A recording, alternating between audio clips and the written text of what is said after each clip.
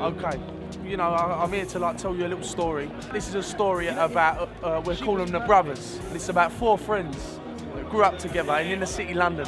These friends, you know, they weren't influenced by any outside forces. They was only influenced by each other. They inspired each other musically, creatively, and any sort of fad or outside fashion or youth movement that was going on the streets of inner city London, they weren't interested in that. You know, they was only interested in themselves and what they were up to, and this inspired their music, their clothes, you know, and they were creative people. They painted, they drew, they made music, they acted, anything creative they were into.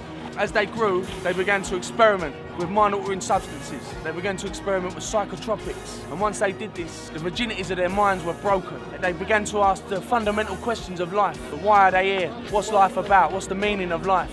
They wanted to know the answers to space and time. In this search, they began to seek a higher power, if you like. This is when they started to fragment. They got involved in a group of, on the outside, what seemed like-minded people that were searching for the truth. But this group of people wasn't all it cracked up to be. They weren't what they presented themselves as. They turned out to have sinister motives. When the brothers got involved in this group, they each went their separate way. They each got caught up, each looking for their own separate answer within the group. But when they found out that this group wasn't kosher, let's say, they each went their separate ways. One of the brothers, he decided to turn back to the psychotropics to find his answer in mind-altering substances. He used drugs to try and find the answers to the fundamental meaning of life. One of the other brothers looked to material things, money, to try and find his answers. You know, he couldn't find it there. Another one looked for women. He wanted to find his answers in women, you know, and he looked to the flesh to try and find the fundamental meaning of life, and he couldn't find it there. And another one looked for a conformity. You know, he decided to conform to society, you know, the way that society had brought him up to be, you know, and he tried to find the answers there.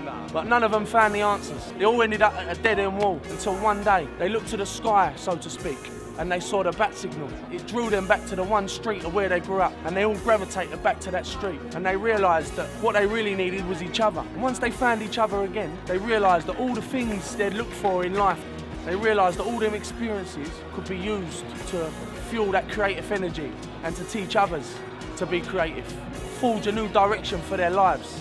And so they embraced creativity once more. They found each other once more, and they began to try and enlighten the world, let's say. And in doing that, they found the one thing that they was searching for. And the thing that they were searching for wasn't outside. It wasn't in flesh. It wasn't in money. It wasn't in drugs. It wasn't in work and conformity. It was deep within themselves. And they found the answer that they were looking for, deep down within and amongst each other. And now the brothers exist together, doing what they can to lead the way creatively, to show others by their mistakes what to do and what they shouldn't do, and to continue to inspire, use their experience to benefit the youth of today. Now, I don't know if that's what you wanted, and where's the hair and makeup when you need it, eh? I'll leave it there. God bless.